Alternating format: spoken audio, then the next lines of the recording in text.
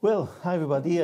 It's nice to see so many familiar faces, and I really feel very much at home in Prague, in this beautiful city. And you arranged with your prayers so wonderful climate, weather outside. So it was so nice to walk today.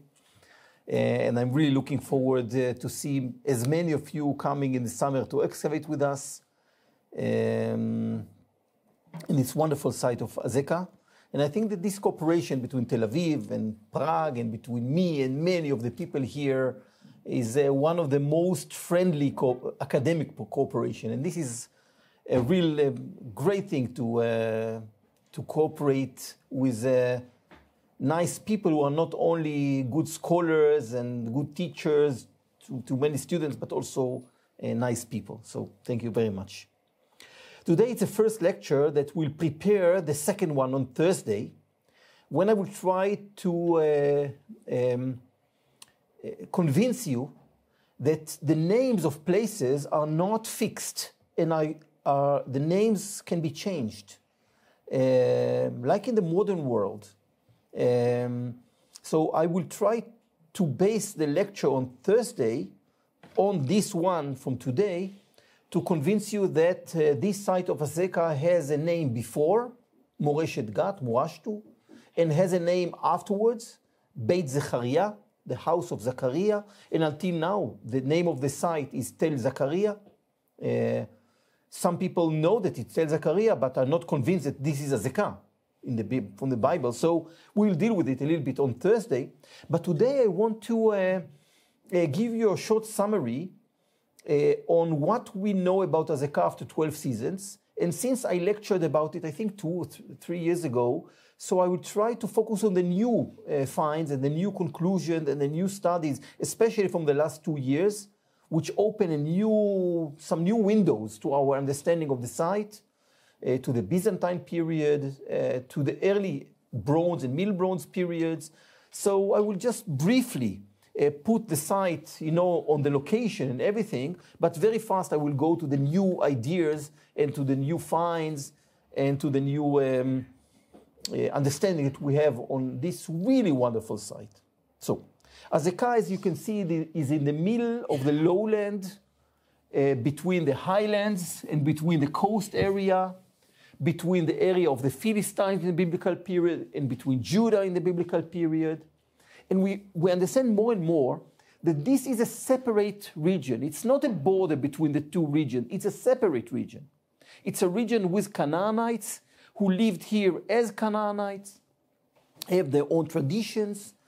And in many of the periods, they were not part of any other site. In some part, they were under the Philistines, especially of God. In some part, they were under Jerusalem. But they were Canaanites.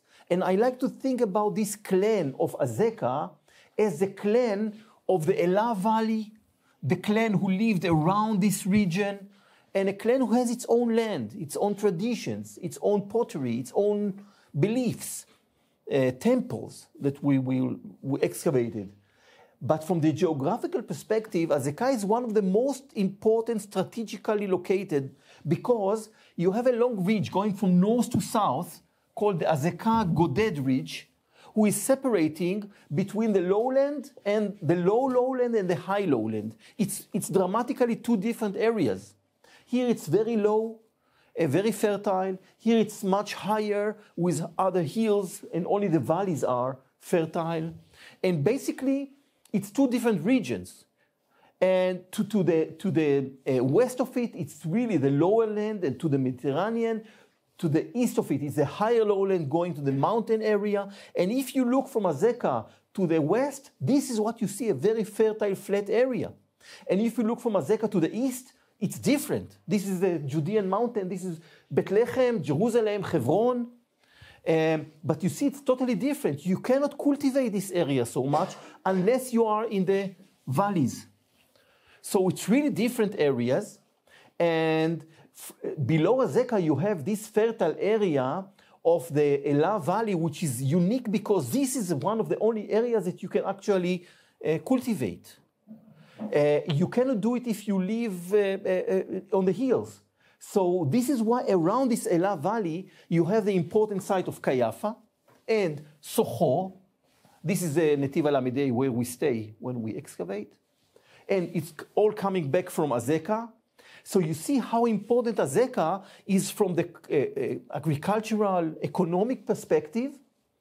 And this Elah Valley is really an enormous, important source to anyone who is living in this area. And this is, I think, the treasure of the people who are living in Azekah. So this is the place that they can cultivate. This is the place that they can live. Beside, what they can do on the slopes of the hills, like vines and olive trees. But this is the important area. This is where you can cultivate. This is the area that is important from the agricultural and economic perspective. So the lowland that you can see here, we're basically talking about the line of the main sites of Bet Shemesh in the north, with the Sorek Valley. Again, the valleys are the most important source. And Azekah with the Elah Valley. And then we go to the Burna or Zayit with the Guvrin Valley, and Lachish with the Lachish Valley. These are the four clans. These are the four areas that we have in the lowland that mark the local Canaanites, the local people who are living in this Shfela. And now, because we have so many excavations in Bet Shemesh, in Azekah, in Maresha, in Lachish, we can differentiate between the material culture of these clans. They are not the same. So the people of Bet Shemesh are much more connected to Mikneh, to Ekron, and to Jerusalem, which is very, very close here. The people of Lachish are much more close to Hebron and to the Judahites. The people of Azekah are far away from Jerusalem and from Hebron, and are much closer to Tel Aviv, to Gat.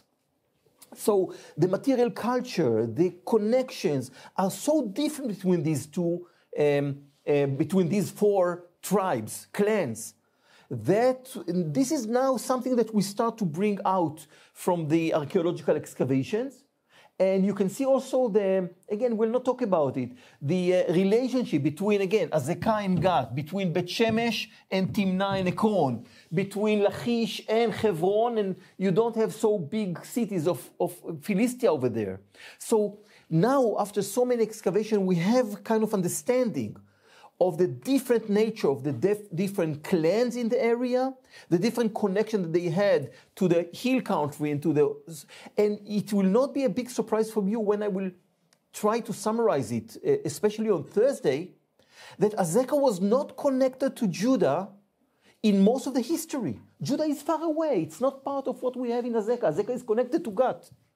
And Azekah was the last one from the clans of the Shfela to be connected to Judah. Judah was very fast connected to Bet Shemesh because of Jerusalem. Judah was much earlier connected to Lachish because of Hebron. But Judah could not be connected to Azekah as long as Gat was the strong Philistine kingdom in the region. So only after the destruction of Gat by Hazael, the king of Aram Damascus, in around 830, 820 BC, Azekah could be starting to be connected to the hill country, to Jerusalem.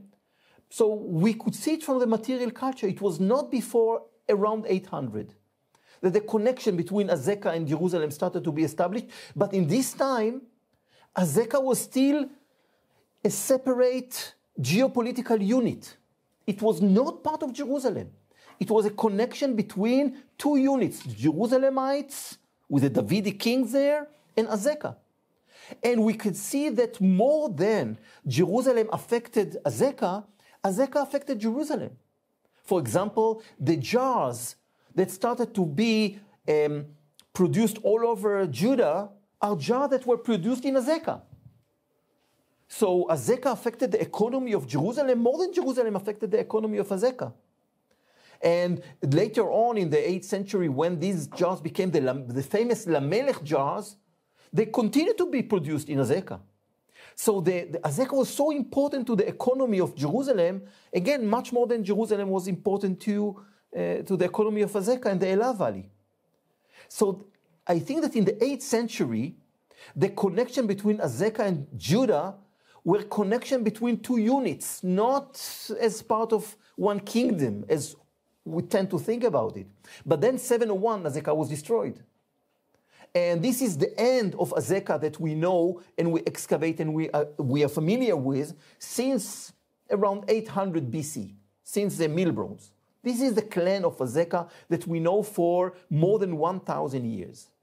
And Azekah became empty and nothing was there as long as the Assyrians controlled the region.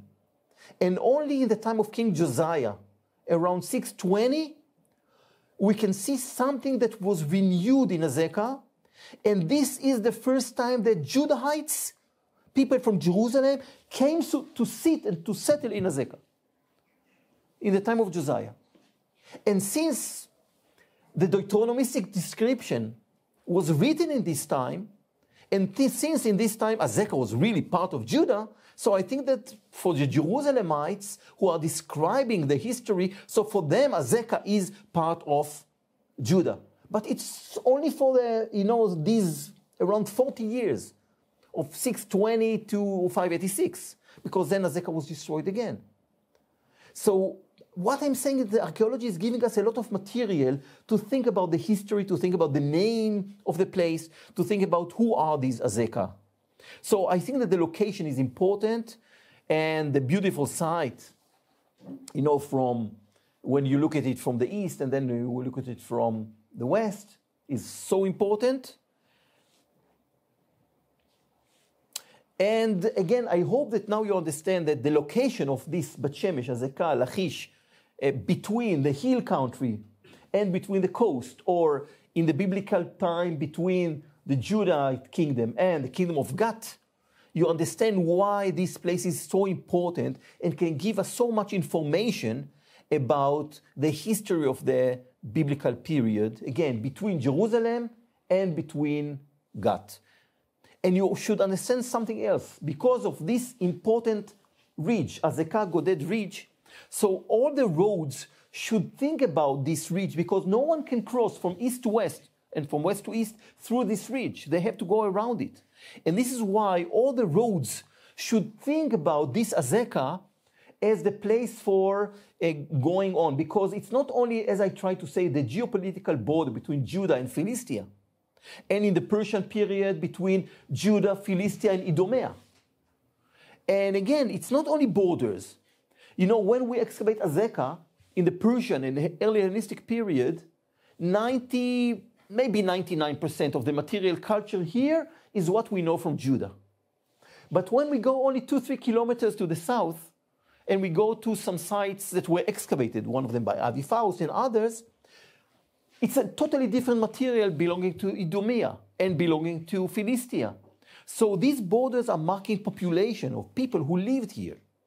But more than this, also the roads must take, should go according to the geography. And the main road going from Ashkelon or from the west in the area to Jerusalem is going just below Azekah. And the main road going from Lachish to Bet Shemesh is going just below Azekah. And the most important junction, the Azekah junction, is just over there. So Azekah is really controlling one of the most important junctions. And as we'll see later, this is why Sennacherib should say about Azekah when he's conquering Azekah. And when the Babylonians are coming, Azekah is an important site that they should go through. So the main roads are also indication to the importance of Azekah and the location of it in the history of the site. So again, this is already was known when at the end of the 19th century, they marked the site. And again, we'll talk about the identification of it later, the importance of the Elah Valley, the importance of the road going up to Jerusalem or going up to Hebron. And this is the reason why we started our project in Azekah already in 2012. And the plan was to go for 15 seasons. Now we are in the 12th season, and we have a plan for this season and then 5 more seasons. This is what the plan is. And this year we are going to start already prepare the site, not only for the excavations and to the scientific goal, but also for the way that we will leave Azekah after we will finish our project as a kind of touristic place. So we got some money from the Ministry of Tourism to start expanding our, not only to dig some squares, but also to have big areas that we can develop for touristic reasons. So I hope that when you'll come, you'll see. Now it's a problem because in Israel we have no budget yet and we have no government supporting yet and we have many problems, but I hope it will be okay. So we started in 2012, so the first big season, with some universities, and again, the Pragim are an important part of it. And we continued in 2013 with our excavation, especially with Iowa and the Australians. In 2014, it was the first time that we excavated during wartime in Gaza. So we had a little bit problematic season, but we continued also in 2015, in 2016, when we had the first, I think, season that we started to understand what we have in Azekah. And these are the famous jars that we have in this season. And in 2017, we started to understand the importance of Azekah in the late 7th century with the time of the Rosette. So we had this symbol of the Lamelech and the Rosette symbols in Azekah. And this is why we had in 2017 the Rosette symbol that we have in the jars from the time of King Josiah. And this is the season, I think it was when it was the Olympic Games, that our excavator couldn't see the Olympic Games because they were excavating this time. We are the only project that excavated during the Corona season. So we had a season with face masks, and it was a well-remembered season that we were the only delegation that people came from all over the world to excavate with us with safe face masks. And of course, we continue afterwards.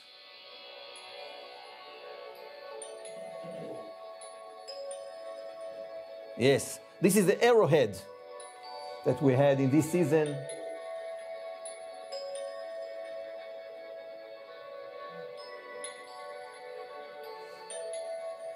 Yeah.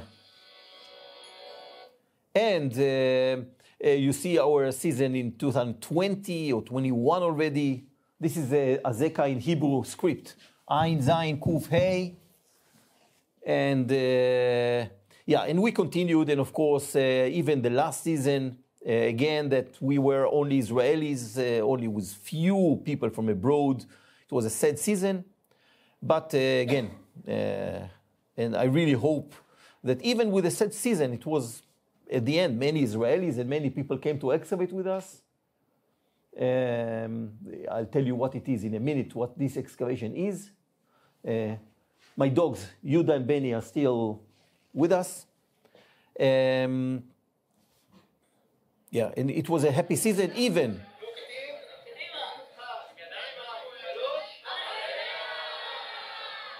Yeah, it was a happy, and I really hope that in the coming season we will have many more people from all over the world. You know him? Some of the Pragim are here. Who else? Who can you see here? Some. Can you see yourself? Yes. Where? In the middle at the top. Where are you? So see the lady with the green? Go just below the green. Point.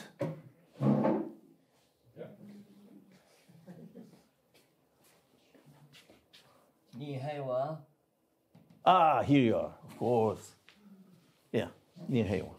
And again, since the people who excavate with us, they know that the most important thing in Azekah are the people that we have, and this is a real treasure that we have. And this is really the most important thing that we like in Azekah.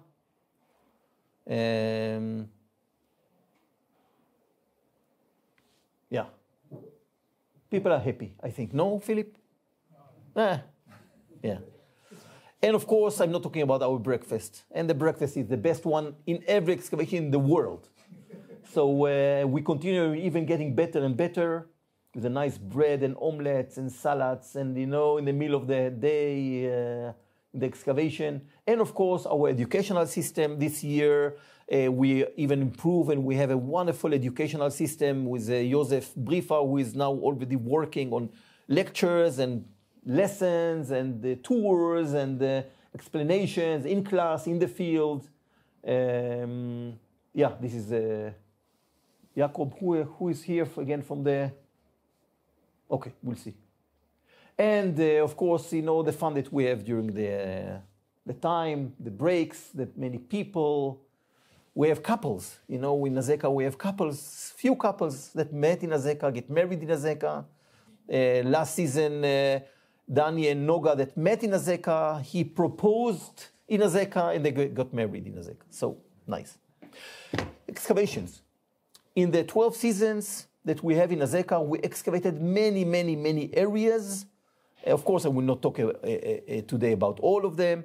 We excavated area S1 and 2 in the southern part of the site, and we excavated many areas to the west of the site, W1, W2, W3. We excavated the huge area in the north that we just finished. All the west and the north finished, and now we are working on the publication of these areas. And we excavated areas in the east, the east area that, again, now we are working on the publication of it. The T areas, and you'll see that this season we have more T's here that you don't know because it's new. So we have T, the area that we excavate on the top of the site, on the tail. And of course, the area that will be excavated this season as well, the Acropolis, very important. And we are going to spend a lot of money to clean all this Acropolis and to make it ready for tourism, that people will come and actually can see the Acropolis. And the new area that we have in the last 2 years is area G. You know, we have areas to the south, S, to the west, W, to the east, E, to the north, N, to the top, tail, T. And this is a G because we got the money from the Gerda Henkel Foundation, so G. So all in all, at the end, we have many areas that we're excavating. I think that now we know most of what we planned to know, we know. And now we have open questions. And in the last 3 seasons, in the coming 3 seasons, we are going to excavate according to questions. We have questions and we want to get answers. So, for example, we already know that the top of the site of the original hill that was in Azekah before they started to build it was here. This is the top of the site. You can see the bedrock here. And here the bedrock is 4, 5, 6 meters down. And here the bedrock is 4, 5, 6 meters down. So this was the top of the hill. And what you see now is not a natural hill. You see now something that was created by people. So here is the bedrock, the original bedrock that we are going to excavate this year. And this is how I reconstruct the top of the original hill. And we know that from this top of the hill, we had a slope to the south, very steep slope. We had a slope to the west, very steep slope, because again, here is the bedrock, and here the bedrock is 8 meters down. So it was very steep. And to the north, it was not so steep, because here the bedrock is, let's say, 3 meters, 4 meters, 6 meters, 8 meters. So the slope was much more moderate for the original hill. And here it's very steep, to the east like today. People who are excavating in area E or something, it's 14, 15 meters of the bedrock that is going down, very, very steep. So the original hill was very different from what we have today. So how it was created like this? Why now it's a kind of a flat area? Again, in the nature, we don't have flat areas. No, not in the nature. So first of all, how the Acropolis was created, and this is something that we know, and we are going to have the final answers in this season in the excavations. Because already from the picture that we have here, this is a picture from before more than 100 years. After the Bliss and McAllister excavation in 1898 and 1899, so kind of a First World War. So actually, you see the Acropolis very clearly here, and you see two colors, this color and this color. Can you see it? And here you see a square around the bedrock, and here you see a square with different colors. Can you see it? So what we excavated, or what we can note now, is that already here you can see some of the kind of clues to what happened. And when we started to excavate, we actually could get the answers. First of all, the two colors here. So we know that the original Acropolis is this one, and this is an extension from the Hellenistic period. So they just expanded the Acropolis to get a bigger citadel. So how do we know it and what happened? So what we think and what we know is that already in the Mill Bronze, they wanted to create the Acropolis, and they took all the soil from here and they put it here. And this year we're going to excavate some areas here and to clean it, because we will see here only material which is before the Mill Bronze. Because again, the Mill Bronze, everything was moved here. And they took all the soil in order to make this area low and this area high. And in the Hellenistic period, they took all the soil from this square. You see this square with a different color? And they put all the soil here. So basically, the idea, if we are right, so here we should have the material that came from here. So if it was in the Hellenistic period, we should see that here they miss all the soil that they took in the Hellenistic period and they put it here. And when we excavate few pits here in this area, we could see that on the top of the area here, we have the early material from the late Bronze, Iron Age. And when we started to excavate below, we got to the Persian period. So upside down. And basically, when we excavated in area T2, we didn't find the Hellenistic and the Persian and also the Iron Age. And when we started to excavate just on the surface, we had the late Bronze. So we have something like 1,000 years that are missing here because the soil from here went up here. When we excavated in this area, in T1, only 40 meters away, these 1,000 years are there. So we have Hellenistic and Persian and Iron Age and everything. So it means that the 2-3 meters that are here are missing here. So again, originally, even in the Hellenistic period, you think about a slope that was sloping from here to here. So the Persian here was higher 3 meters than the Persian here. You understand me? And only when they took the material from here and they put it on the Acropolis, it became flat, this area. So basically what I want to say is that when you see this picture of the Acropolis here, the flat area here, and the top of the hill with a bedrock here, it's again something that it's post-Hellenistic. It was not like this before. In the Hellenistic period, it was sloping down, and this was, so it's different. And one more thing, you can see this thing. This is the entrance to the water reservoir that I will speak about it later. So it's only an example for how much information you can get from analyzing the material and then excavating and thinking about it, and how much we know now about Azekah. And again, we also excavate to the east here, this area, and we could see all the supporting terraces that were built in the Hellenistic period in order to support this extension of the citadel. So you can see here all the walls that were built in the Hellenistic period in order to support the Acropolis. Now, after so many years of excavation, we created what we call the stratigraphy of the site. We know the strata. And now we are going to publish a paper very soon, it's now moving, summarizing the stratigraphy of Tel Azekah from the modern period to the Islamic, Byzantine, Roman, Hellenistic, Persian, Iron Age, late Bronze, Middle Bronze, early Bronze. So basically we have 11 main strata and 25 phases. So because we have few phases, from the late Bronze to 3. We have few phases from the Iron Age. We have few phases from different other periods. So all in all, we have 25 phases of living in Azekah. Now, when we came to think about the last seasons that we are planning in Azekah, I can see that we know enough about the late Bronze Age.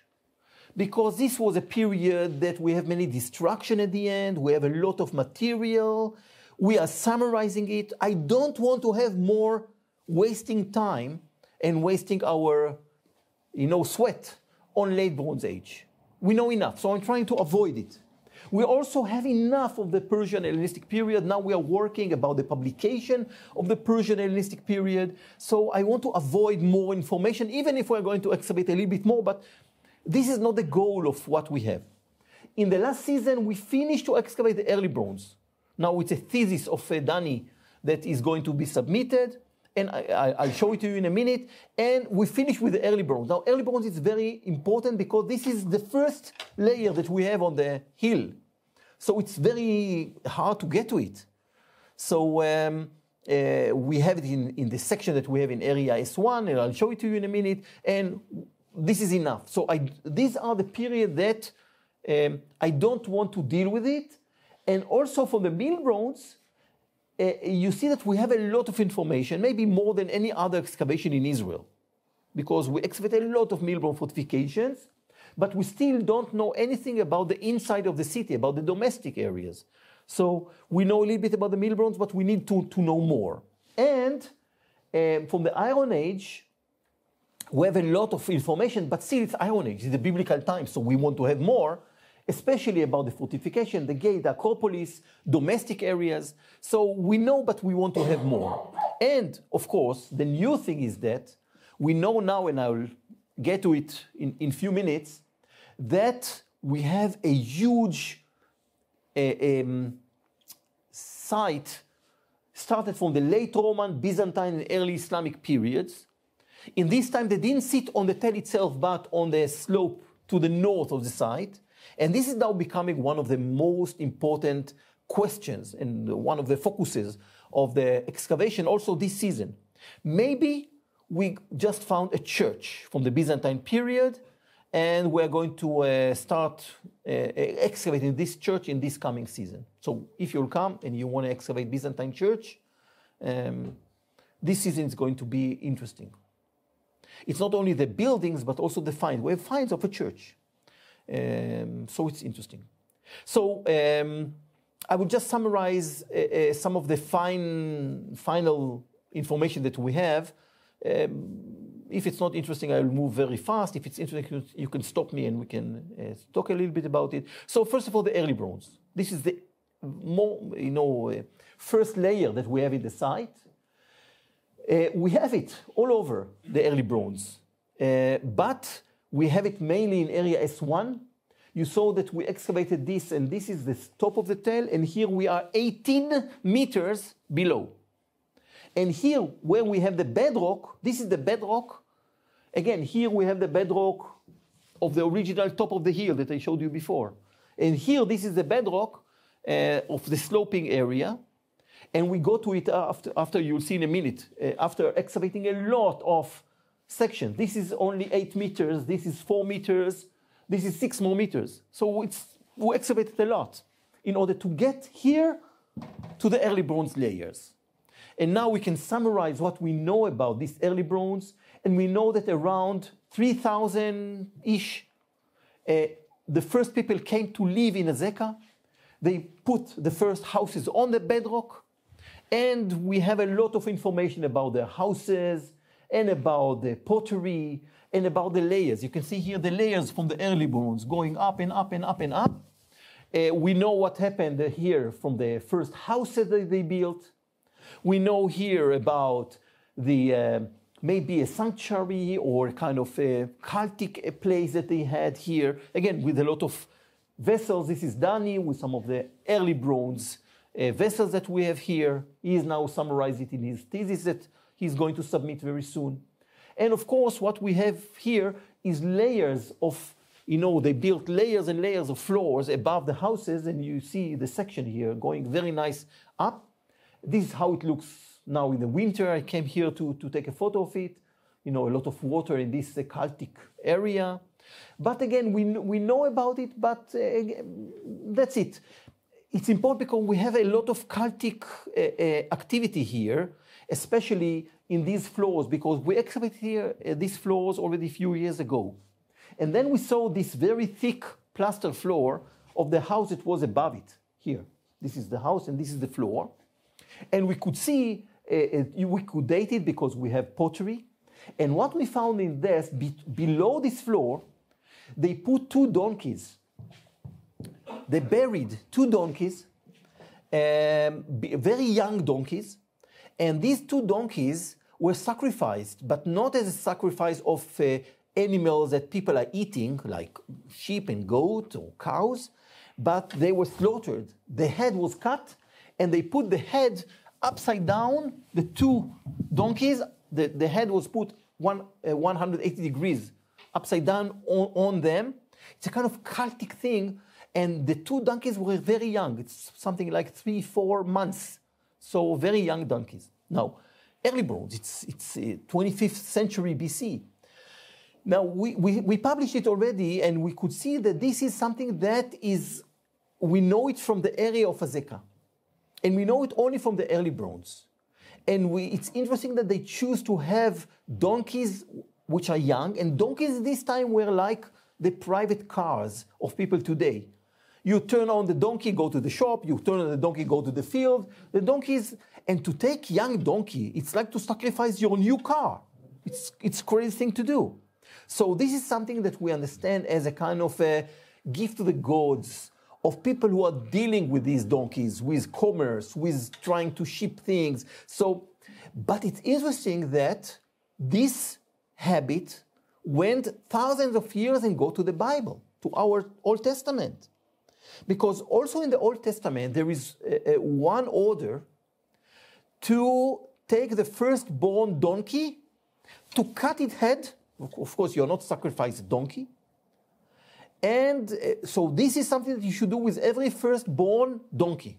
And the only animal that you should do it is a donkey. And until now, in Jewish culture, every year, the order is, if you are not sacrificed the firstborn donkey, you should exchange it with a sheep or a goat and sacrifice it to the god. So this is the alternative. And until now, we have ceremonies of ultra-religious Jews every year that they bring the young donkey and they replace it with a sheep or a goat for God. Of course, now we are not sacrificing it, but replacing it. And this is a kind of a custom that is going from the early Bronze Azekah until modern days. And the only animal is the donkey. By the way, the only other animal that you should, I don't know, sacrifice to God, the firstborn, is your first son, the people. So according to custom, the first boy should be exchanged by a priest. I did it with my first boy. Or you should give it to God, something like this. So it's nice. So early bronze is behind us, publishing it and finished. And then the middle bronze, which is maybe the most fascinating project that we are doing in Azekah, because we excavated areas from the middle bronze more than any other excavation in Israel, maybe more than in Israel. And we could see that around the site we have towers that were built in the early MB2 around 1800 BC. And between them we have a very, very solid big wall around it. And in the last season, people from here didn't see it. This is the stairs going up. The area from the breakfast is here. And you can see that we just cleaned all the rock that is between here and area S2. It's more than 100 meters. And we could see that all along it, around the site, in the middle bronze, what people did is they cut the rock and created a step. And the step can be between 2 and 4 meters, and above the step they build a wall. This is the MB wall. So when people came to Azekah in the middle bronze, they could see a step of the white chalky rock all around, and above it, they could see the wall. And last season, we cleaned it as part of the way to prepare it, to publish it, and to show it to the public. You can see it's huge. It's an amazing thing. And again, we just clean it. We didn't do it. And now it's beautiful. In the winter, I just came to take some photos. It's beautiful in the winter. And we prepare that people will see it, and maybe we will reconstruct a little bit the wall above it. And it's really wonderful. When you look at it, it's an amazing thing. So it's a kind of a show-off and a kind of a way to prepare the step below the MB wall. And you can see this is the breakfast area, the container. Now I'm in area S1, and you can see all the way. And around the site, all over around the site, the cliff was cut, and the wall was built above it. It's amazing. Now, if you think about it all around the site, and you think about the wall that was built, and you think about the towers that were built around it, this is amazing. But the last season, we did another thing. We have a new area here that we could see the bedrock that was cut, and we could see the wall that ran all this around. And the question that we had is, until when the mill bronze wall was standing? It was built around 1800 BC. The question is, until when? And the question, we had a kind of archaeological methodology. How can you give an answer to such a question? So what we did is we opened a section outside of the wall, huge one, because we know that the wall is running. This is the MB wall running from in the southern side, running all the way. And this is the MB wall. Above the cliff that was cut, above the rock that was cut. And we know that it's running, it's running. But again, the question is how we can know until when. So what we did is we opened a huge section. I like that my people are working hard. So they work hard. And what we did is we did the section, and then they started to peel it layer after layer, layer after layer. First of all, on high ladders, and we marked every one of the layers. And we took all the material, and we could see the material from every one of the layers. At the end, it's wonderful. Look. Wonderful, the section. And here is the rock that was cut in the mill bronze. The wall is a little bit inside. This year we are going to find the actual wall. I didn't want it to stand because the pressure could be a collapse. So this year we'll do it. And we could see that outside of this rock, you see the layers of the accumulation. That, of course, the layers are the periods that the wall existed. So we did also pottery, and we did also OSL. OSL is a method of dating, and we could see that the last time that the wall was standing is 701 BC. So it means that the wall that was built in 1800 BC in the mill bronze was standing until 701. At least the foundations, of course, the mud bricks could be changed. And when Sennacherib came to Azekah and described the amazing walls around Azekah, it's the mill bronze walls. Now it's giving us an answer to another question, because we have a big debate with Yossi Garfinkel about Lachish. Because also in Lachish, he has a wall from the mill bronze, and we could see that the mud bricks above it are from the 701. So it means that in Lachish, the same as in Azekah, the mill bronze wall was standing until Sennacherib came in 701, and the people just renewed it and built some new mud bricks above it. But still, the wall, the huge wall that was built by the mill bronze people, was standing for 1,000 years. And this is a nice answer that we have also from the OSL examination. So this is the wall all around, with a bedrock that was cut for a step all around. And the towers that were built, this is only one tower, this is this tower. You see huge towers that were built all around. And just last season we excavated another tower that was here in the area S. So all the towers are very much the same, kind of huge structure that was kind of anchoring the slopes of Azekah, very strong one, again, well dated to the mill bronze, very nice corners, and you can see how it is kind of a, kind of step inside, and the wall is going to the two sides of it. And the wall itself is also beautiful. You see here the wall is going around. And it's only the foundation of the wall, because above it we have mud bricks. And in the previous season we could see a lot of mud bricks. And the date is clearly. And the nice thing is that we have along the wall a destruction from the late Middle Bronze. Around 1500 the site was destroyed. This is when the Egyptians came, for the late bronze. So the Azekah was totally destroyed, and we see huge destructions. Only in one destruction here that we have something like 25 jars. All of them were full of wheat. So we have a lot of carbon-14, we have a lot of sample to take, and the MB destruction is all over. Remember it, because in a minute you will see another thing, that, and you'll see the MB destruction and the Iron Age building above it, but this is something that I will show you in a minute. But remember the MB destruction.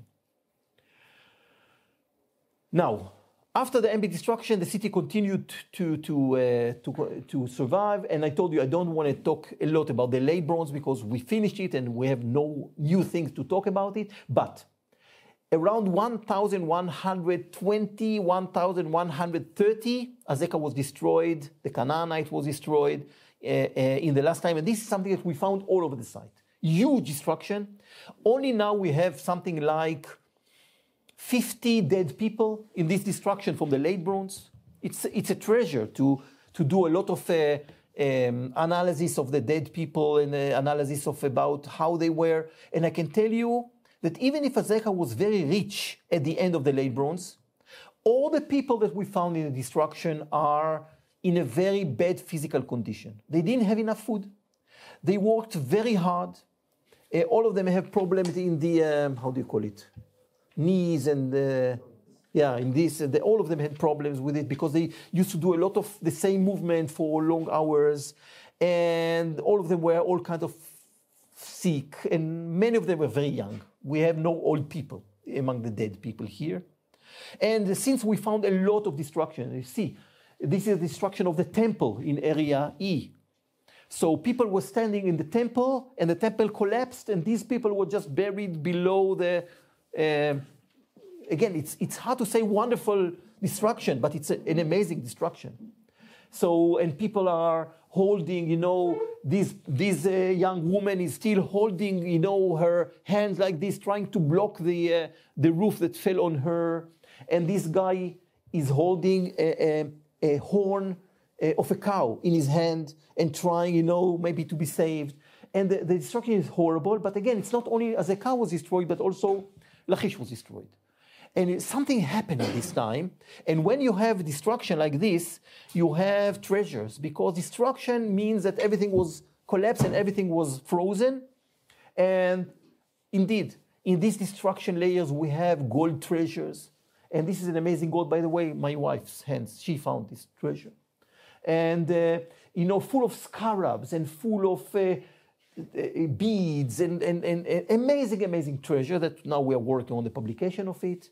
And of course, when you have destruction, you have a lot of dead people, and you can analyze it very carefully. So only this person, a young woman who tried to escape from the burning house, and she tried to go out. This is so see what we have around this girl, that, all the treasures of the houses, all the, a lot of information. And this is one of the houses that were destroyed. You see here the finds from the second floor that collapsed, and below it is the first floor. And the first floor here, we excavated very carefully in order to find what happened. And you see here huge jars. Every jar is 60, 70 liters that fell from the second floor. And when they fell from the second floor, they crushed a young girl that tried to escape from the house. She held in her hand the gods the local gods of the house. And she tried to escape when the second floor fell. She was wounded. We can see that she has some broken bones, but she was alive. And when these jars fell on her, she died. And you can see here the process of the excavation. And you see here the process, how we cleaned it very carefully to find this young girl. Again, I think that it's very sad, to see it. But then we can analyze how she died, how old she was. We can do DNA to see if she's connected to the other people that were in the same house. We could see the health situation. We can analyze it like a crime scene, like a crime scene and what happened. And you can see here the beginning and you can see here the end. This is only the pottery from this room that you saw before, only from this room. So it was on the roof, they had the storages with all these jars. And we can see in which jar we have wine, in which jar we have olive oil or other oils, in which jar we have all kinds of other liquids, like, for example, mead, like, for example, fat, animal fat. They used to take the fat from the animals to boil it and to use it, for the calories. Unlike in these days, people in these times, they didn't have a problem of they needed calories, they needed food. So they tried to keep it as they could. But again, we can analyze not only the storage, we could analyze all the other vessels that we have in the house. The nice vessel, the cooking pots, all this what we have. So it's an amazing treasure. Now, because we have this destruction, we have another option to have some other studies that we couldn't do before. This is one more tower from the Milbrons. You see the tower.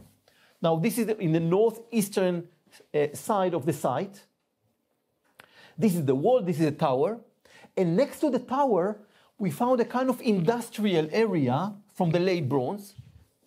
And inside this industrial area, we found a unique, something was done here. They had all kinds of material. They had all kinds of huge kind of bath to use liquids. You see it here. You see this whitish material that they brought in order to do something.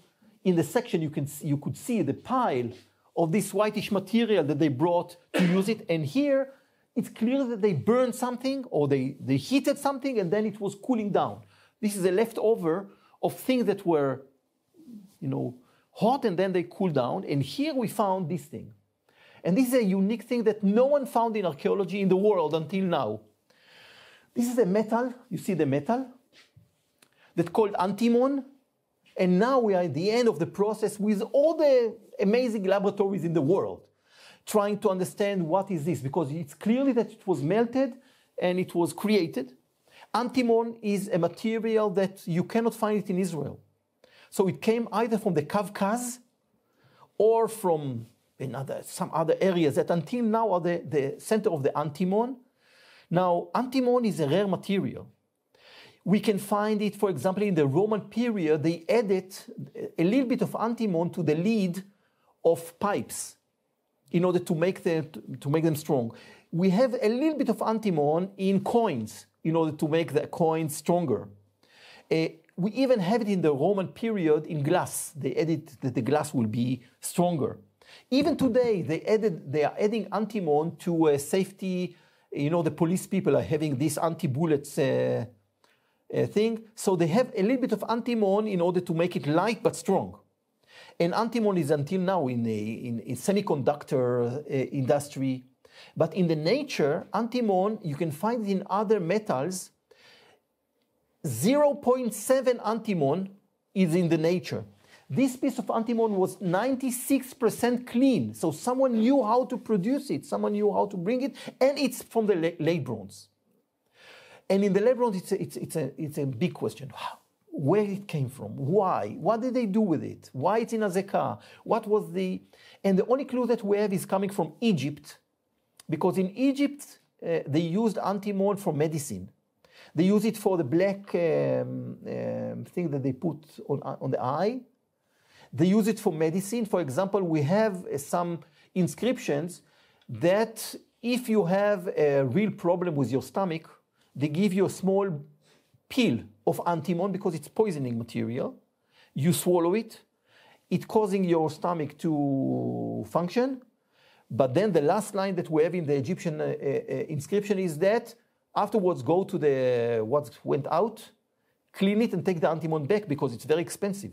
So you can reuse it afterwards. So antimony is expensive, and we have here a huge thing of antimony. The question is what it was using for. And now we are doing it, so it's nice. Now, after this destruction, around 1120, Azekah was empty for nearly 300 years. So during the time that Gat was a strong city of the Philistines, Azekah had nothing in Azekah. It was empty, and only in the early Iron 2A, around 800. It means after Gat was destroyed, Azekah was repopulated. So again, it's interesting to the history, and again, I will speak about it on Thursday when we'll talk about the name of Azekah, because I think that until this time, Azekah was not named Azekah, another name, Moshe Gat. And only around 800, the people that used to live in Azekah 300 years before came to live back in Azekah. And how we know? Because they had the same customs. Because in area T2, when we have people that came around 800 to live in Azekah, they used they build the houses and they put foundation deposit under the floor in the same way that they did it before the destruction 300 years before. They took a bowl, they took an oil lamp, and they put the bowl and the oil lamp below the floor, kind of as a foundation deposit. I think, and we just have now a paper in the next Tel Aviv discussing these things, I think it's a kind of a blessing of the house for having prosperity, food, and light. It's a wonderful thing, I think, that you put below the floor of the house, you put a kind of a hope for prosperity and light in this house. By the way, in the late Bronze Temple in Azekah, we found 7 foundation deposits along the wall, 7 bowls with oil lamp. Wonderful thing. So, and again, this is something that in the Iron Age. And then the other thing that we have in the around 800 is the gate. When the people of Azekah came back, they had to fortify themselves between the mill bronze walls, and they just built a gate to the city, and this is the entrance to the gate. And this is the water tunnel that they had below the gate. This is the line of the walls that they had from the mill bronze. And this is the water, this is the gate, this is the water tunnel that led the water outside below the gate, as we know in gates. Some small water tunnel that led to the main one. And a very nice plaza from within the gate that we excavated with nice floors. This is the water tunnel below the floor. Nice plaza with a water tunnel. Now you can see how we took down all the floors in order to see the water tunnel and everything that was below it and date it. And it's well dated to the Iron 2A, to the around 800. The water tunnel and the water tunnel is a very good indication for this gate leading outside. And this is the gate area that now Noga is finishing her MA on it, and we can publish it. And it's wonderful to see this gate. Again, it's one of the earliest gates that we have. And this gate is not connected to the gate of Judah. It's not in the tradition of the gate that we know from because it's the people from Azekah that are not connected to any Judahite tradition that we know from before. And the nice thing that we have, and this is now from the last season, we can see that this gate was built just above the MB city wall that was destroyed. You can see here the mud bricks from the MB. Can you see the mud bricks? So the people who came back after 300 years after the city was destroyed built the gate really on the destruction of the mud bricks. And when I came just 3 weeks ago, when the soil was still wet from the rain, actually you can really see the mud bricks of the mill bronze wall. The gate was cut into it. Can you see it? It's wonderful to see it. Here, really the mud bricks from above. You have to think about it a little bit in three-dimensional way. It's hard, but... So the people from the Iron Age, 300 years later, they came to Azekah. They saw the situation of the mud brick and the wall from the mill bronze. They started to build the gate in this area, but they built it over the MB wall. And again, this is the Iron Age, started in around 800, and this is what we call the Iron to be people who lived here. And we could see in many cases, we could see in the Acropolis the citadel from the Iron to be, and we just excavated two new areas, T3 and T4, to see more, because until now we could see it only in the northern side, and we wanted to see it also in the southern side, and we opened two more areas, T4, and we could see the Persian and then the Iron Age below it. Never mind now the details. In the Persian period, they have granaries all around to store the seeds and everything, and in the Iron Age they have the nice houses and everything. It's only the beginning of the last season, and it's really nice to see this new area that will continue this season. And of course, 701, everything was destroyed by Sennacherib. We have the description, and we have the Sennacherib inscription. And it's interesting to see that between 800 that Azekah was built and 701 that Azekah was destroyed, not much was happening there. Because if in Lachish, for example, we have half a meter between 800 and 701, in Azekah, all what we have is this. So this is the gate plaza from 800, and this is a destruction layer from Sennacherib. And between them, we have maybe 5-10 centimeters. So it means that not a lot of accumulation, not a lot of things were happening during these 100 years. It was a small place with not many things going on. But then, when we are coming to the late Iron Age, Azekah began to be, in the first time, real part of Judah. And in the time of King Josiah, people from Judah, from Jerusalem, came to live in Azekah, came to gain from the agriculture in Azekah. Azekah is the place number 2 with rosette stamp impressions after Ramat Rachel. In Jerusalem, number 3. So we have many, many, many stamp impressions with rosette, again, from the time of King Josiah. And this is really an important place at the end of the Iron Age. And again, we will continue to study this period in this coming season. Of course, it's going nice with what we have in Jeremiah, when he's in Jerusalem and he's talking about Lachish and Azekah as the last cities that were left in Judah just before Jerusalem was conquered. And this is going very nicely with this ostrakon from Lachish, when the people of Lachish saying that, let my Lord know that we are watching for the fire signals of Lachish. According to all the indication, probably it's a letter sent to Zedekiah, the last king of Judah. But they say, we cannot see Azekah. So Azekah probably was already destroyed, and we have a clear sign of this destruction in Azekah, and then we have the Persian period. In the Persian period, Azekah was a very, very big Judahite village. We can see finds from the Persian period all over the site. And one of the most important and dramatic finds that we have now, it's going to be published, is in the water reservoir that we have in S2. That was a water reservoir that was built in the mill bronze. It was used until the destruction in 586. But what we have in this reservoir is a layer of vessels from 586 that were on the bottom of it.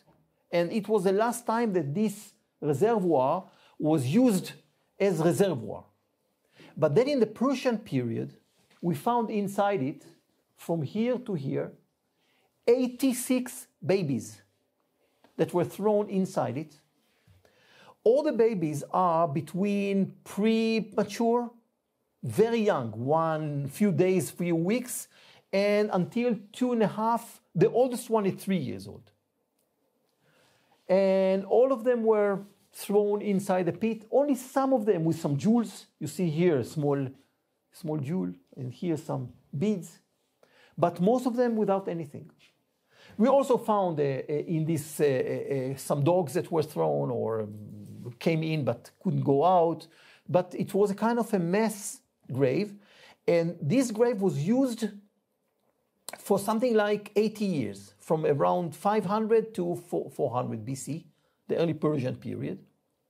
And now we are studying this in order to publish it, and this is becoming a fascinating thing, because there is a big question in archaeology. What is the role of very young babies that died where they are young? Because we know that about more than half of the babies that were born used to be or died before 3 years old. Every winter sick or every infection, didn't have antibiotics. So it's between 3 to 5 out of every 7 babies that died. I think about the psychology of this thing, that you know that the baby that was just born probably will die. How is the attachment to this baby? How you connect to this baby? When you give it a name? But one of the things is that we don't have babies in graves, in graveyards. And there are some papers, you know, I like the paper, Where Are the Babies?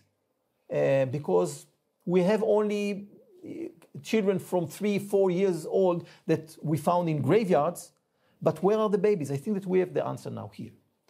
And in this paper, we are going to suggest that babies that were still suckling, that were still attached to the mother, were not separated and were not treated as separate people. And then when they were dying, they were thrown to the pit, not getting a grave from their own.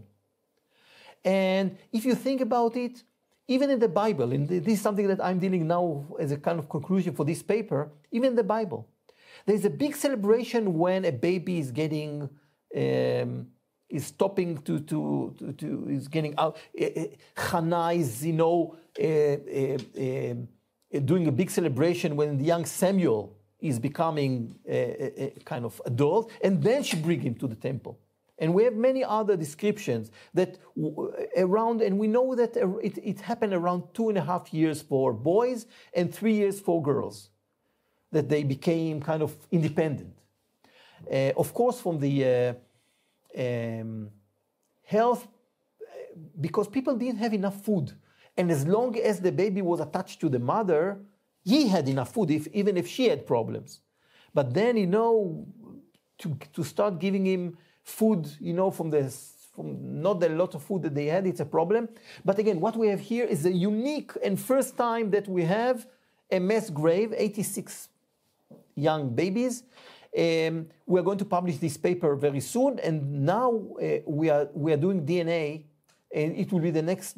We want to see that it's the same family. I think that it's a grave from the same family along 80 years, and these are the babies that died in the 80 years. So if you think about a family with 3 to 5 women in 3 to 4 generations, so it means that you have, let's say, if you think about it, 21, 25 women in the 80 years. Each one of them had 3, 4 dying babies. So this is the number that you have here.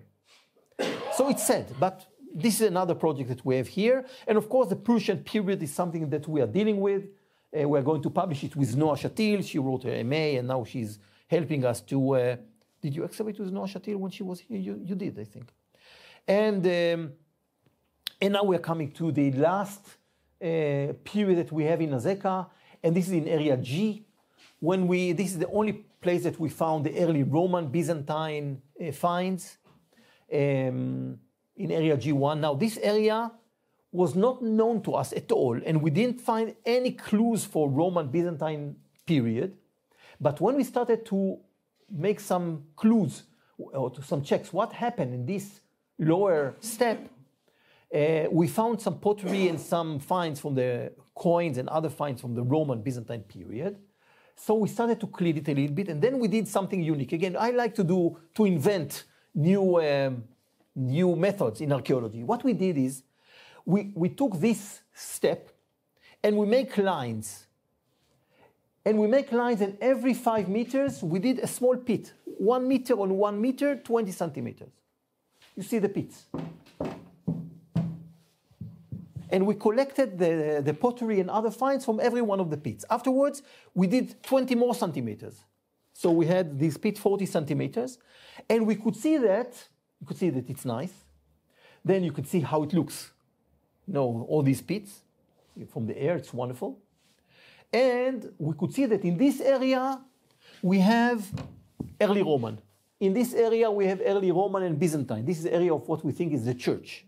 And in this area, we have also some early Muslim period. And then, based on it, we started to excavate. So we started to excavate in this area with the early Roman, and we have a kind of industrial building, very nice. We excavate it. We have 2 different drones. So you can see here the drone taking photo by another drone.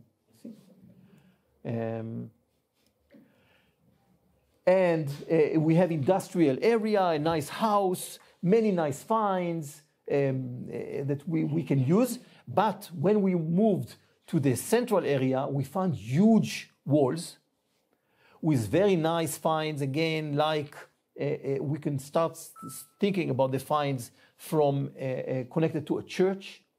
Never mind all the details. Very large walls, very big. Also Benjamin is there.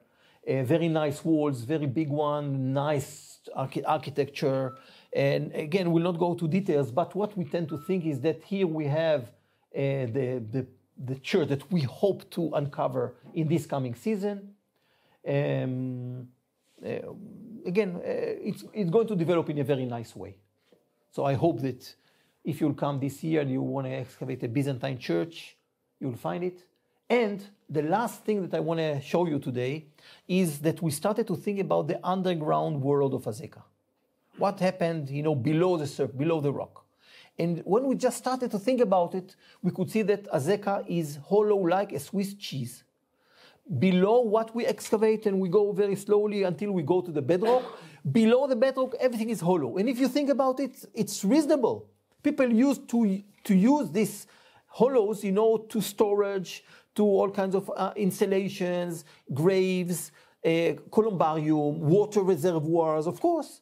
So when we just started, we started to find all the way.